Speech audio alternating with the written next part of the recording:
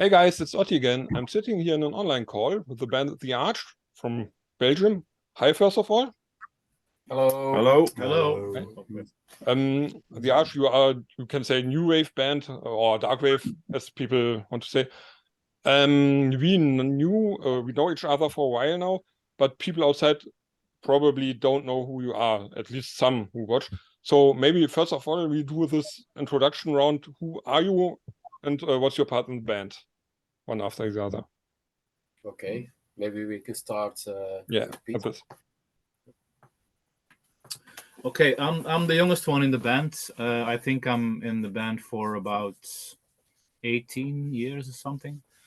Yeah, I'm Peter. I play guitar and live, and when we are recording music, everybody plays an instrument. We're not focused on our own stuff. We do what we want, and so that's a creative process. So everybody's playing some keyboards or some drums, or that's the way we work. And yeah. Okay, I'm Gert, the vocal of The Arch. I am in the band from the start, together with these gentlemen on my left side. So we are busy for, let's say, 37 years, from 86 already. So, but we are still very young. You look so, yes. So, yeah, I do the vocals of the band. I'm Ian Lambert, the older chap, and I'm on the keyboards and doing some lyrics. I'm Ivan DC. I mostly do guitars, but also, like Peter says, we all play keyboards, sequences, drum computers. Yeah, voila. And I'm also there from the beginning. Yeah, So three of the four are really the beginning, but so we are, and still friends too. Yeah, that's cool. It's not that often that over almost 40 years, we can say the 4 decades are coming. 3 of the original members are in the band. Maybe Rolling Stones or something like this, but most bands have more changeover. So maybe you can explain this first. What's the energy in the band that it is such a friendship? It started as a friendship in a very natural way.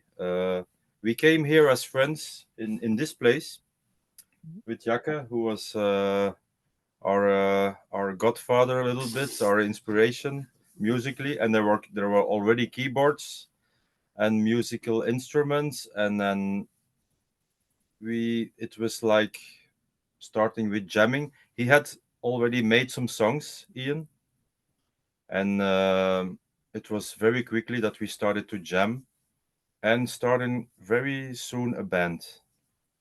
Not as a joke, but very spontaneously. Yeah, we made 1 or 2 songs in 1986 together. I think Revenge Revival and Babsi Stot.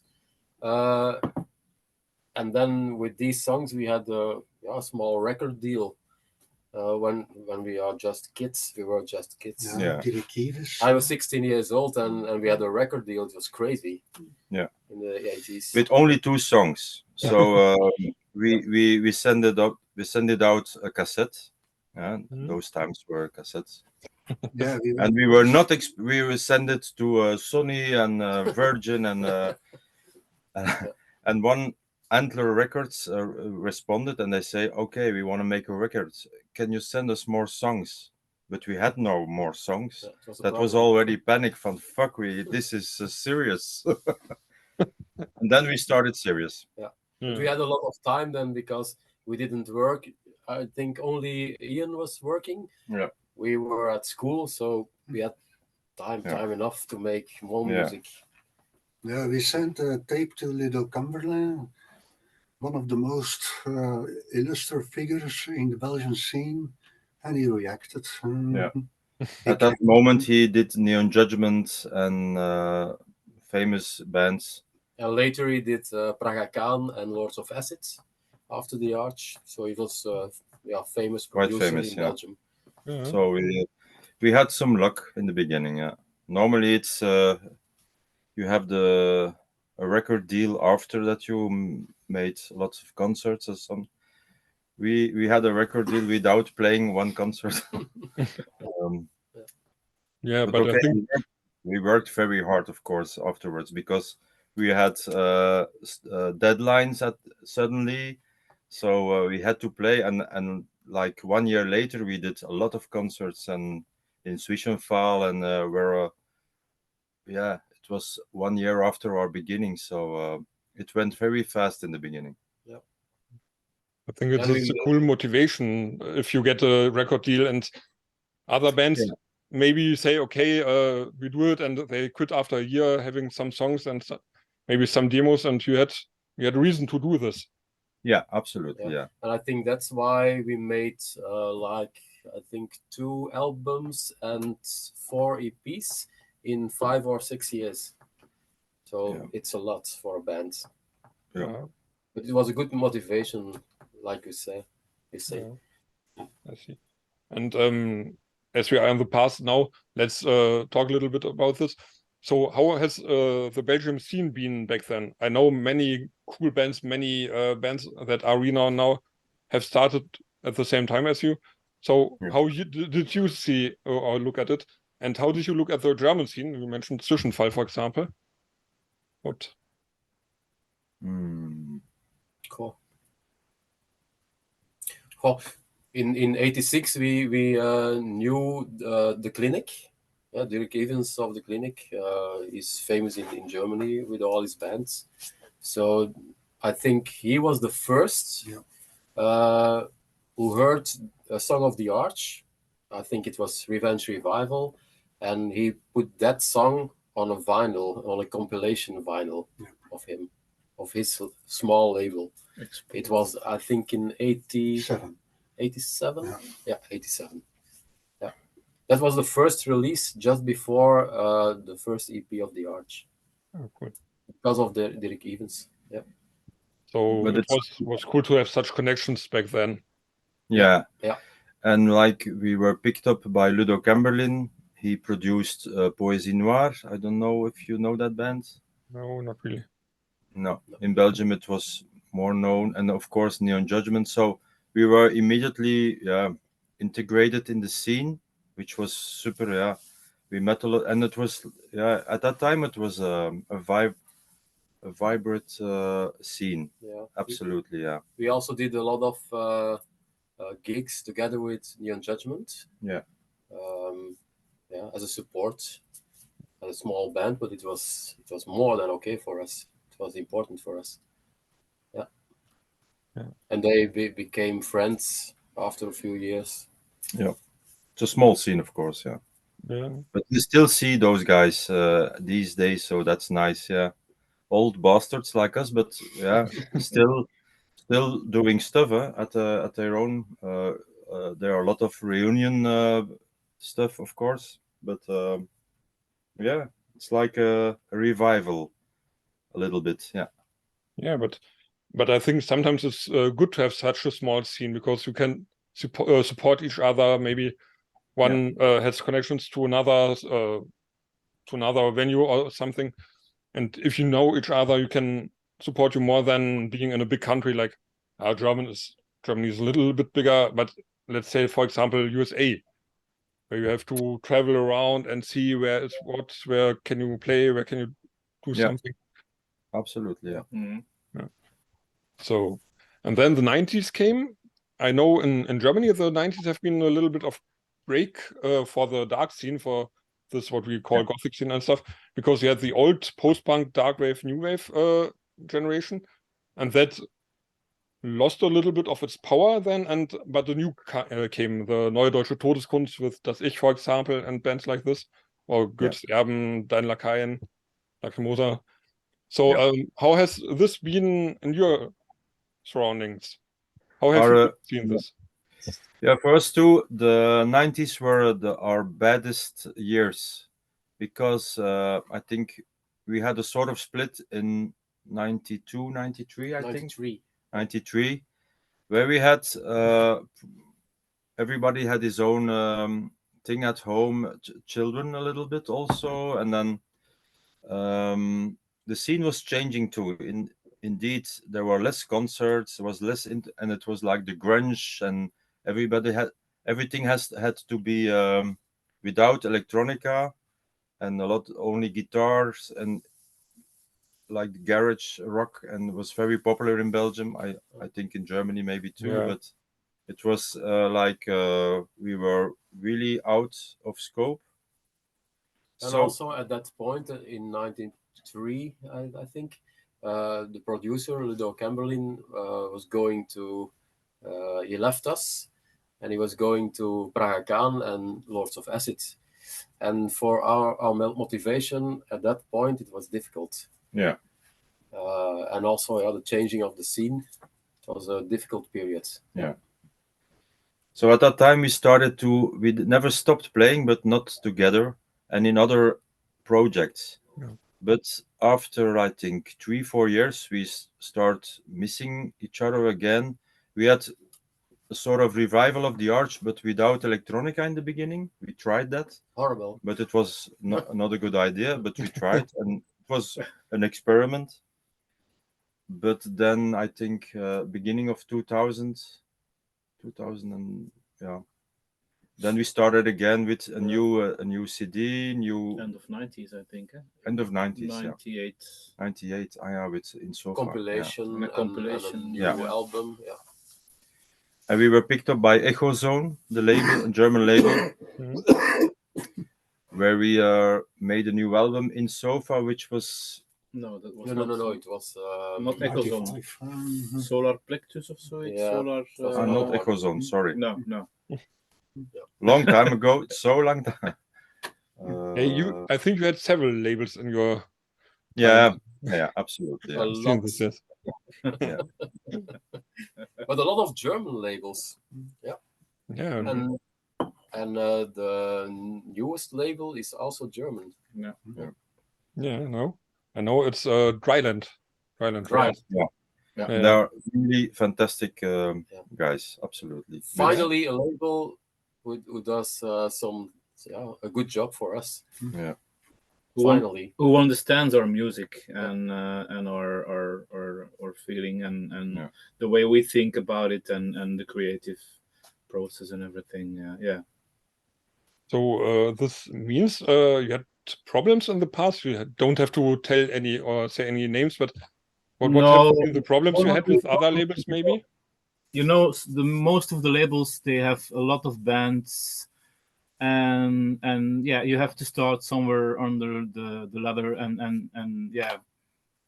Okay, they release your album, but it's difficult. Yeah, you have to play against bigger bands, and it's always a matter of some other factors together. you are just a number. It's for us, we're still a small band, so yeah. If you want to be recognized by the label, you need to. I think you need to sell a little bit more albums, and it's difficult, yeah, because I think in the beginning of 2000s and when we were looking for a new label, you always want the biggest label possible, but I don't think it's always the best choice. So maybe we made some mistakes by going to bigger labels, and then you're just a little small band, and they don't pay that much attention to you. Well, that's how it goes. But we always learn from the past, and we finally found a good label that takes care of us and understands us now. So yeah. I think for some we had 2 labels before, and I think for them we were not EBM enough or not guitar enough. We are like sort of in between. Not that we are so special or something, but yeah, we are not EBM, but we use electronics, of course. We use sequences, but like more in a song way, not in the not in the pure EBM way. Mm. And maybe that's why we didn't fit, or they didn't push us where we wanted to be. I don't know. see Yeah, what you mean. But I think Yeah. it's also a matter of time, of spirit of the time, because I think we now have some kind of, I would call it a post-punk revival, or yeah, having absolutely. this mix. We have many bands that have these spheric guitars or synthesizers. Some have Yeah. one, some have both, and that's where you perfectly fit in. But it was Yeah. a time where people wanted to have, for example, in Germany, it was medieval rock was coming, neue deutsche Yeah. Härte was coming, or you had straight industrial or something. It was difficult for those, I would not say old school, but 80s inspired bands like you probably are. Yeah, absolutely. Yeah. And we feel now, like last 4 or 5 years, and certainly the last 2 years, it's we have more attention and more appreciation, and people are there is a difference last year's since a few years, and that's great, and that's why that gives us a lot of energy. So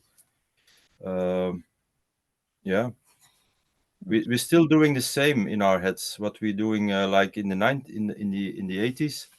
Okay, we have other influences now, or other inspirations and other way, but the way of working and the how It's I say the same as in the Yeah. 80s. in our heads is nothing changed, in fact. And Wow. a lot of people say, whatever we do, we always sound like the arch. So that's a fantastic compliment for us. That means that we are authentic and like we want to be. Yeah. Yeah, some journalists they have some problems to give us a sort of label. You are this or that, you are post-punk or whatever, but it's very difficult, and that's a good compliment because it's a mix of a lot of influences for us. But it's just the art for us, Yeah. not that we copy another band. No, no, we never did that's that. not No. our ambition. No. Definitely, you have your own sound, and that's what's cool about you. I have to say, we discovered you back at the New Wave stage some years ago when you played there here in Oberhausen. That was where we knew you, the name, and the hits like Babsi's Tod or Rip Dancer or something. But to be honest, not much more. You have been one of those bands where you knew the club hits and you knew they exist, but it was like, oh, cool. And then you played there, and it was not only us, it was many people coming in at your intro with Babsi and saying, wow, what a unique sound, what a cool sound. And I think this is where you can catch the people, still can catch the people. Yeah. Your uniqueness, your own sound, your spheric sound, and bring this on stage, for example. Yeah. What we love to see is, of course, that people dance on our music, but often we see that they close their eyes. And that's fun. That's we close our eyes too, but Amazing. But that everybody is in that vibe, in the same vibe as we are. Sometimes it can be soft or almost etheric, but that's what we feel more and more now. That we try to catch people because it's all about feeling. And music is feeling. Yeah, definitely. And it's also cool that we convince new people, especially what Ivan says, the last 2 years. Yeah, we convince more and more people with our music. Yeah, especially to play live. Yeah, that's what I mean. I think you have now the chance to catch all these people that are open for such free and streaming music, and yeah, we hope so. Yeah, we hope more. We want more. Yeah, I think it's possible, and this is why we are talking, because we want people to know about you and listen to your music, and that's how we should come to your current album. First of all, the last album we talked about it shortly was 12. Yeah. It was released in 2019, and it was very, very cool. definitely. Thank you. And it was shortly before the pandemic. I don't want to talk a lot about the pandemic now, but it was in between. So how did this influence the songwriting for the new material and your restarting career? Let's tell it like this. Yeah, Completely, we had a little bit. We were unlucky because just when 12 came out, it was the start of the Few COVID. months later. So yeah, we missed a lot of concerts. So we had never launched that album. So okay, it was not only for us, for all the world. So okay, and we continued, of course, because we had time. The album was a few months out, and everybody was at home. And there we started, like a lot of musicians, everybody in his corner. We have at home little mini studios for each of us, and we made demos. we make demos and then send it to. I have that idea. I send it to you. You put something on it and send it to the singer. And it comes back and then. And then when COVID was over, we could come together. We were a little bit earlier together, but don't tell nobody. Then the mix of all those ideas, and then, of course, that it was the beginning of a lot of songs, but working together to finish them was very important too. You can't finish a song like the ideas were there and we had to put them together, and it went quite fast. We were very productive, of course. But you maybe the sound is a little bit different. I don't know. It's a little bit more introvert, sometimes sadder or something. But okay, it was the way of. It's like we felt that time. Of Sanctuary Rat sounds a little bit happy, but it's it's not so happy. Not so happy, of course, but do you have happy songs, by the way? In your back catalog, do you have any happy songs? Are there some? Yeah. For I have to think about it. I don't know. Yeah, sometimes the tunes. Sometimes we have, and then we watch out because then we talk. This is too happy. This is too happy. It doesn't fit with us. The chords are too major or something. But the very, very happy songs. I don't think we have. It doesn't inspire us. No, it has to be a little bit dark. Yeah, no. Because Ian doesn't write happy lyrics at all. So that's most of the lyrics is and in his brain there are. But we are very happy. We are very happy and joyful people. But when we make music, it's like this is our dark side coming out. But it's fantastic. We love it. I think this is what art all about. To express one of your or some of your parts, you can't express everything of you because that would be too don't know how to say it in English, but too much. Having a band having totally happy and totally sad and totally this. No, maybe so. Doesn't work. But what is always what keeps us together too is that we all, even when we were young, and when you go out and then you have those festivals with too happy music, that never made us happy. So we said, why? It's too easy or something. I don't know. And la la la. We can't do that. So that's a sort of state of mind that keeps us together. That keeps us together. Yeah. So you wouldn't no go on a carnival music festival, for example. No, that's no. No. Then we become depressive. But it seems that you have a common sense of humor together. Something that connects you. Is it like this? That your humor is one of the points or one of the aspects of your friendship? Absolutely, yeah. We love to laugh. Sometimes dark humor, or we have joie de vivre in French. You say maybe in German, I don't know, but we love. We are Burgundians. We love to eat, drink, and make being pleasure. together. Not forcefully go out or something, but yeah, we're always happy if we are coming here.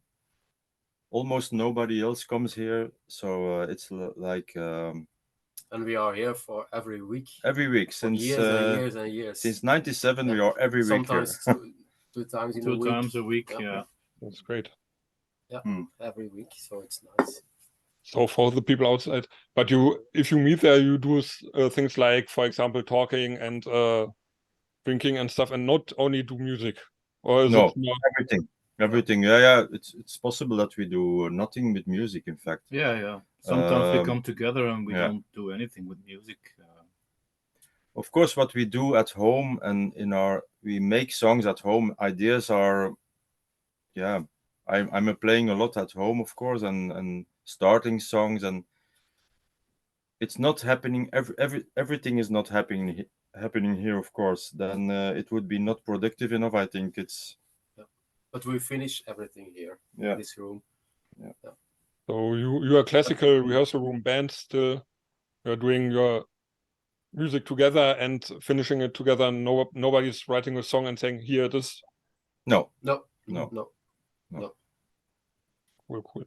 And it's like that with Sanctuary Red. So we shouldn't talk about every song now because that would be a little bit too much. But let's talk about what are the main topics, the main things you put on it, the lyrics and also your emotions. That have been on there. You mean the themes of our songs? Yeah, for example, of the new songs, especially. Of the new songs, ja. Kijk, over de thema's van de nummers, van de teksten. Yeah, it can be a thought, it can be reading a book, viewing a movie, and then you got some embryonal idea, and you can start writing about it. We're not really working in a team or something. It's just every song is like another. It's not that the songs are together or that they are just telling a story or something. No, it's just they're telling a story. But what Jacke does a lot is he's writing incredibly fast. But sometimes in the night, and then the day after, it's like a great text, but he doesn't know what it is about. But it was something about in his head at that night. So sometimes we don't understand everything of his lyrics, but that's great. Everybody has to interpret it. It's not our texts are maybe sometimes a little bit poetic or crazy or not logical. It's not logical stories. That's it. It's a story, but not a logical story. Babsi's thought a little bit more because that's the interpretation of Ian, who saw the movie Christiane Eve, and he wrote a book at that time, and that was really a concrete inspiration, of course. But most of the lyrics are feelings, sick feelings, or frustration. Or like the lyrics of the piece. It's like it's very imaginary. It describes images. I will tell it like that. Yeah. Sometimes we only have a working title, which is we think good, and then Ian sometimes writes the lyrics about the title or something. It's the lyrics always come at the end of the song. The song exists, and then comes the lyrics and the words on the music. Always at most of the time at the end. And when I find the vocal line, sometimes I change the lyrics just a little bit, but the story has to be there always. It's just to fit in the song. See. Yeah, that's cool. So, but Babsi's thought was the same way. Was it also the music was first in this case? At Babsi? Babsi, eerst een tekst of eerst de muziek? It was together.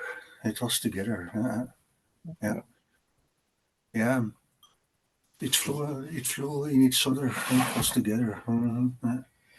We never work with systems, so Okay. yeah, it's anarchy. Yeah, we work in anarchy, in fact, but It's the in our only way. anarchy, it makes sense. We can call it organic. I would always say it's We work organic. very organic, so we can't say that every song is made on the same way. Never. I don't know. We don't think about it on how this song started. I don't know anymore. No. Sometimes it's a riff or a melody, but And I think it's too boring when it's every time the same way. yeah. No, we're not always working together on the song. Sometimes some of us comes to the studio and works on his own, and then the week after we come to the studio and we see, somebody has worked on that song, and then it goes in a different way, it's rubbish. and then or it's rubbish. Yeah. That's how we work. It's like it's organic, as you said. Yeah. Or we make a song just in 2 evenings. It happens sometimes, but on the other way, sometimes it's like 5 or 6 months or 1 year. Yeah. So it depends. So you always have ideas floating in the background for the next album, for next songs. Yeah. That still are worked on. We never had a writer's block or something. No. We still have many songs unfinished. So yeah. So if you could, you can use AI and let good idea. finish your music. Yeah. You can have some of the money when we sell something of those IA songs. Yeah. Okay. That's cool. I think it's important to be critical to ourselves when we make music. Yeah, we discuss. Yeah. We never fight. Yeah. We discuss. Yeah. No. And it's important to discuss. Yeah. To make it better. But that's interesting. So, are there moments where you say, "Okay, we can't do this song because we don't come to a conclusion together"? Yeah. Yeah. Sometimes, yes. Yeah. And then we drop it, and then the song, you have to leave it. Otherwise, it's like a drawing that you always start again. Then it's dead after a while. Yeah, it's important that we are on the same line. Yeah. 4 of us. Yeah. Maybe interesting too, and that the last album was like that, but like all the guitars and all the voices, most of them are the first. We always First take. the first takes. They are almost the first takes. So we record everything, and sometimes, of course, we don't know anymore what we played, but it's the best, and version. most of the time, it's 1 take, not edited. 1 take. That are the best. No. For this album, yes. Yeah. And that's a belief of us too, because if you go, most of the band, a lot of bands create a song, go to the studio, and then they until it's perfect. Yeah, we never go to the studio. We do it immediately here, and it's the first take, and the quality. Of course, we see that the quality is almost perfect and good enough to make a record, but. That's great to do, because it's like a painting. You do it once too. One spot. Yeah, spontaneous, like you say, and that's for everything almost. I know what you mean. It's like me. I'm writing a lot in my profession, but also privately, writing lyrics and stuff. And the things you write down in once mostly are the best. That are you have the perfect feeling at that moment, and because it's about it's not emotional, but everything is feeling. And so if you play a guitar line, it's emotion too. You are at that moment. You are in that moment. You can't repeat that moment. You can, but then it's automatically and. A good example is the guitar of the piece, the song "The Piece" on the last album. It's difficult to repeat that. Yeah, he recorded it at home during the pandemic, and the quality was not really good, but it was such a beautiful part that we had to do like with special software, cutting all the noise and cutting all the and making it sounds better. But because we couldn't play it at the same the same feeling, it has that soul. It has that soul, and yeah. And I tried to play it better. We but, recorded it, but it wasn't. No, it has no soul. No, and it maybe sounds a little bit lo-fi now, but it's okay. It is cool. It's perfect. Yeah, I have to think about.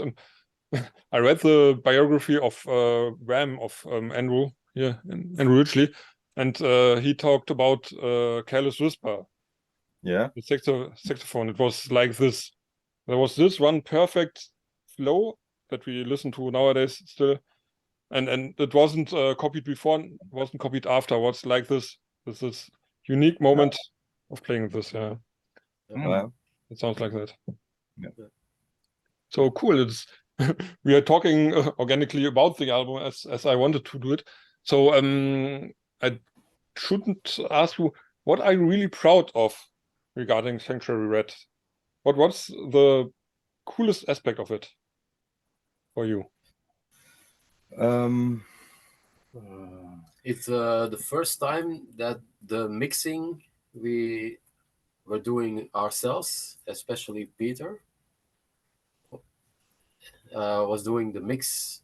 Yeah, we did the whole record. It's the first time we did it ourselves. We did everything ourselves. So it's quite special for us. Normally, if you work with somebody externally to mix it, then you need to communicate, and it's sometimes, this time it went a little bit more smoother as you do everything yourself, so you can do it and you discuss everything together. This is not good, this is good, we keep this not. And so I think it's the first time that we were really 100% happy about the whole package, how it sounds, how it feels. So I think we made the most touching songs we ever made, I think, on this album. If it's not, maybe it's by COVID, I don't know. It was intense, the most intense album. We are so proud of it. I don't think we can do a better album. I hope so, but I think there are a lot of emotions in this album, and when you listen to this album, you can hear it. I'm pretty sure that you can hear all the emotions more than other. It's a very sensitive album, I think. It's and for us new too, sober. Very transparent songs, not lots of layers, and where we had some songs where we made that. It's not a fault, but it's another way of working. But now they are really cleaned up the songs and to the essence, very essential songs. Yeah, voila, that's more pure. Pure, yeah. And you played sometimes live with the new album and with the new material. For example, Autumn Moon, not that long ago. So which of the new songs have been the best for stage till now, for the people, for the audience? Which a lot of them worked out best? I think most of them. And even like the slow songs, which I thought were more difficult to play and to understand for the people, but at Autumn Moon, for example, a song like Lines, I saw the people really enjoying. It's a long song, it's a slow song, but it builds up, and you see the people enjoying it a lot, and that's so cool, because I wasn't expected that at all. But we don't know. We love a 9.81. I think that's the most. And Sanctuary Red also, the two more dynamic songs, but it's like we can play the whole album, and that has never been true. It's also, but with the launch of the album, we played almost the whole album, and everybody was very yeah, Excited. excited. Yeah. We play all 6 of the tracks live, or Meer, 7, 7, Yeah. 6, 7. Yeah. People are touched with the songs. Yeah. And that's the first time, the first album. Really? Yeah, with so much songs. Yeah. Yeah, you could see it when you look at the people. You Mhm. can see the emotions in their faces, the way they are moving, but especially in their faces, in their eyes. You can see it, you can feel it. And it's the first time that we feel things like this. And also what Peter says, with the more slow songs, not only with the beat songs. Yeah. And it's good to feel live. Yeah, I think so. I'm looking forward to listen to it live as well one day. Yeah. Super. But in general, for life, as we had the pandemic stuff, so does it feel that people are more open maybe now after the pandemic for new material, for shows? Are they willing, longing for it somehow? Do you feel it? Yeah, absolutely. Yeah, they are. There is a difference. They are enjoying it more, and they're showing it. I think there's a difference, a little bit of difference. They're more open, Yeah. like you say. Mhm. I don't know if it's because we play different. I don't know. But we have since 2 years we have a new sound engineer, and for us it's so important for life. Yeah. The level of the audio is from here to here, so it's very important. It's another for us. positive thing about the pandemic. We had the time to invest and try new equipment to play live and everything. So and that helped us a lot in creating the new songs live, and they sound better than ever. Yeah, I think. Yeah, It's also more professional live now. We are not professional, but it sounds more professional. yeah, absolutely. I'm sure. Great. It's important to bring that live. That we are now live better than ever. That's absolutely true. It's dynamic. It's a perfect mix. Yeah, I think we played in the past. Sometimes it had to be awful from as a sound. I suppose, but now it's like wow. So very happy with that too. Yeah, that makes a lot. I can't imagine that you ever have had an awful show. So when I From saw our it, it was side, always from like having cool atmosphere, cool dynamics, cool Yeah. sound. Maybe I was lucky. Yeah. Yeah, there's always something that can go wrong with electronics. True. well, sometimes the audience doesn't hear it, or it's from our point of view how we feel to play live, and it's always better when everything is like you have new techniques like in-ear monitoring and stuff like that, which help you focusing on your instrument and hear everything more clearer than. No more strange feedbacks. We used to play in some clubs in Germany or whatever, where they had some like broken monitors on the floor, who were like blowing yourself away, and you couldn't hear your own guitar or some of the tracks. And those days are over. Finally. Yeah. Very cool. It helps. So, and I've looked, but you don't have that many shows announced yet. What is coming next time? Something coming? Next year will be a busy year. We are working on a lot of shows. Yes, we are touring in. We're going back to Malta. We're going back to Spain. UK. The UK again.